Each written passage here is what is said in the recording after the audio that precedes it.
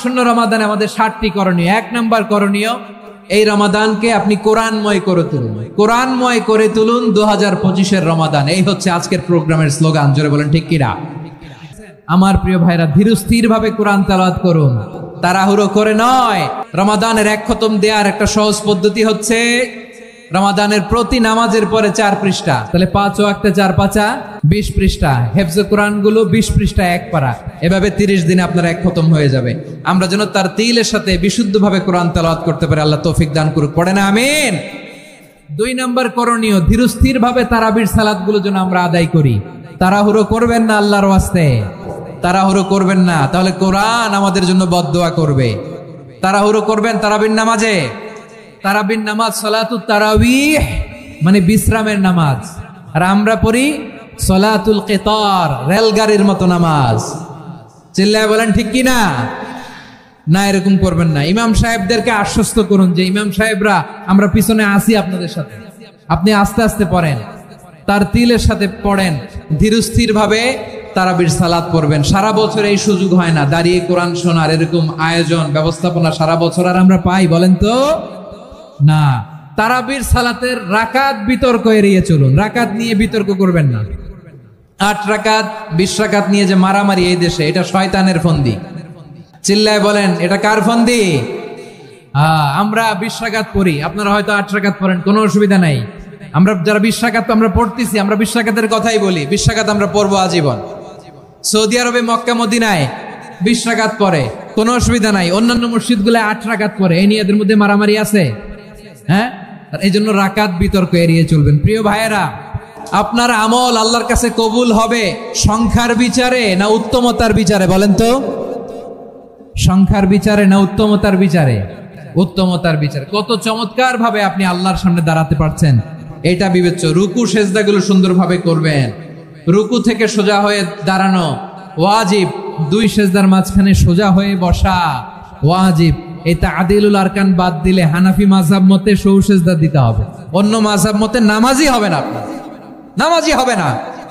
এজন্য ধীরস্থির ভাবে তারাবির সালাত যেন আমরা আদায় করি। পারা যাবে তো ইনশাআল্লাহ? 3 নাম্বার, তাহাজ্জুদের সালাত আদায় করুন।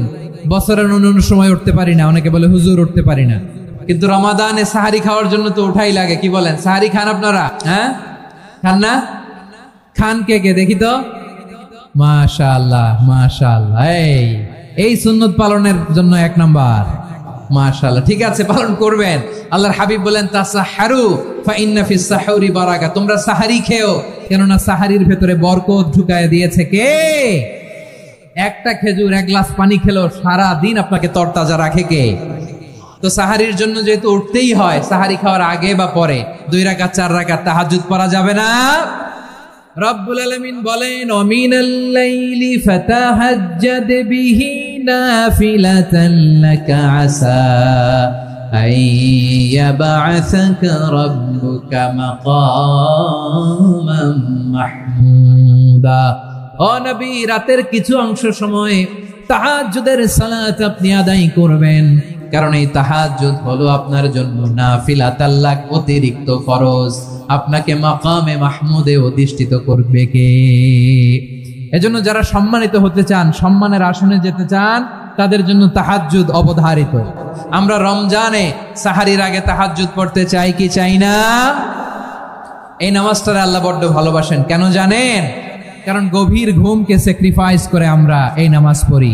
ঘুমের আরবি জানা আছে কারো? ঘুমরে আরবিতে কি বলে?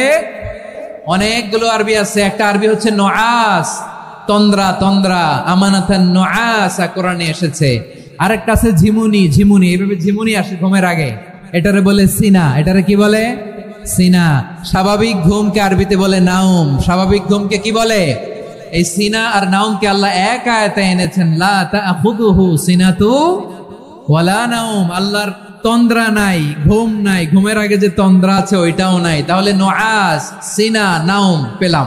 আরেকটা ঘুমের আরবি হচ্ছে হুজুদ। চাঁপাইনবাবগঞ্জ আওয়াজ করে বলেন, আরেকটা ঘুমের আরবি কি?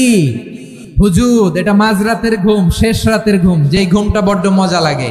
কাঁথা টেনে টেনে, ব্ল্যাঙ্কেট টেনে টেনে আরেকটু ঘুমাইতে মন চায়, আরেকটু, আর 1 মিনিট, আর 2 মিনিট, এরকম একটা মজার ঘুম শেষ রাতে আছে না নাই?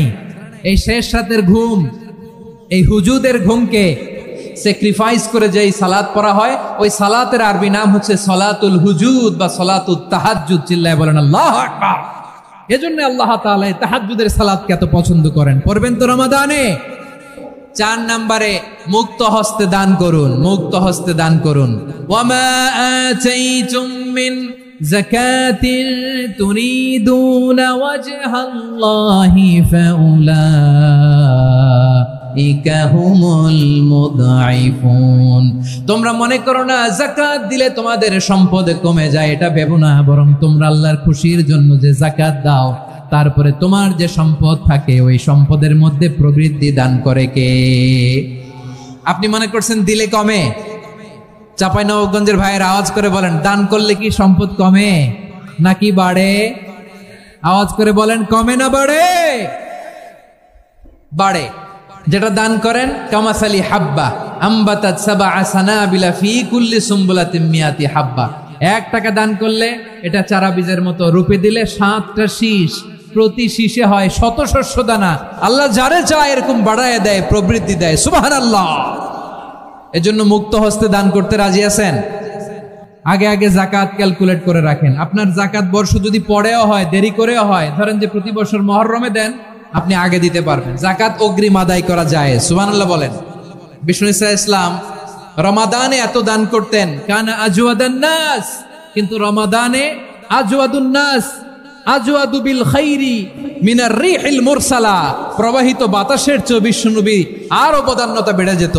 প্রবাহিত বাতাস যেমনি সবাইরে বাতাস দেয়, আস্তিক নাস্তিক মুমিন কাফির সবাইকে শীতল করে দেয়, তেমনি নবীজির রমাদানের দান ছিল এমন, কেউ নবীর কাছে চেয়ে ফিরে গিয়েছে এর নজির নাই। জোরে বলেন সুবহানাল্লাহ। রমাদানে দান করব, ইফতার শেয়ার করব। কাউকে ইফতারি করালে সারাদিন রোজা রেখে তার যে সওয়াব, আপনি ইফতার করানোর কারণে আপনার আমলনামায় ওই সওয়াব আল্লাহ ঢুকাই দিবেন। পড়েন সুবহানাল্লাহ। সাহাবারা বললেন, নবী আমরা গরিব মানুষ, ইফতারি খাওয়ানোর পয়সা নাই।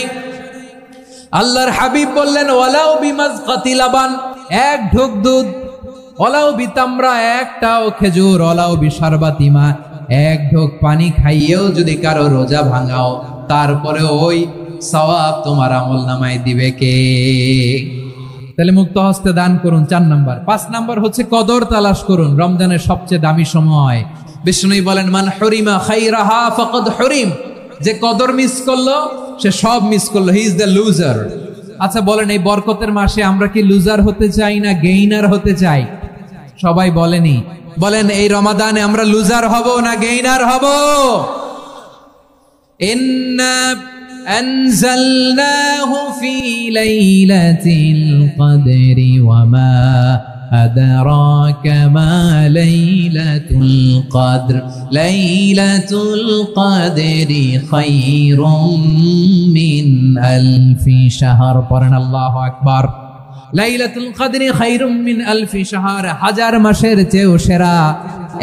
1000 মাসে হয় 83 বছর 4 মাস। 83 বছর 4 মাস টানা ইবাদত করলে যেই সওয়াব, কদরের রাতে ইবাদত করলে অতটুকু সওয়াব আপনি পাবেন, আল্লাহ সেটা বলে নাই। আল্লাহ বলে তার চাইতে বেশি সওয়াব দিয়ে আপনার আমলনামা ভরে দিবে কে? কদর যেন মিস না হয়। 21, 23, 25, 27, 29 নাকি খালি 27? আপনারা কি খালি 27? হ্যাঁ না, ফালতামিসু ফিল আশরিল আওয়াখিরি ফিল মিনাল ভিতরি। রমজানের শেষ দশকের বেজর রাতগুলোকে কদর হিসেবে তালাশ করো। আল্লাহর হাবিব সাল্লাল্লাহু আলাইহি ওয়াসাল্লাম শেষ 10 দিন টানা ইবাদত করতেন, টানা ইবাদত। ইদা জাআল আশরু আহিয়াল লাইলা আইকাদা আহলা ওয়া জাদ্দা ওয়া শাদ্দাল মিজার। সারা রাত জেগে ইবাদতের নজির নবীজির নাই, শুধু রমজানের শেষ দশক ছাড়া। সুবহানাল্লাহ বলেন। নিজেও ঘুমাতেন না। ফাতেমা রাদিয়াল্লাহু তাআলা আনহু, আলী রাদিয়াল্লাহু তাআলা আনহু কাউকে ঘুমাতে দিতেন না, সবাইকে জাগিয়ে তুলতেন। আমরা সারা রাত জেগে ইবাদত করব। রাজি আছেন তো? কদর যেন আমাদের মিস না হয়। আজকে থেকেই ক্যালেন্ডারে মার্ক করে রাখেন। সব কাজ পেছনে ফেলে, সব ব্যস্ততাকে পেছনে ফেলে ইবাদতের জন্য আমরা প্রস্তুত থাকবো কদরের রাতে। কোনোভাবে কদর যেন আমাদের মিস না হয়, ইনশাআল্লাহ। বলেন তো সবাই। 6 নম্বরে পারলে ইতিকাফ করবেন। আল্লাহর হাবিব সাল্লাল্লাহু আলাইহি ওয়াসাল্লাম প্রতি বছর 10 দিন ইতিকাফ করতেন। যে বছর ইন্তেকাল করবেন সে বছর 20 দিন ইতিকাফ করেছেন। আপনি বলবেন, হুজুর ইতিকাফ না করলে সমস্যা কি? আমার নবী একটা ইবাদত সারা জীবনেও ছাড়ে নাই।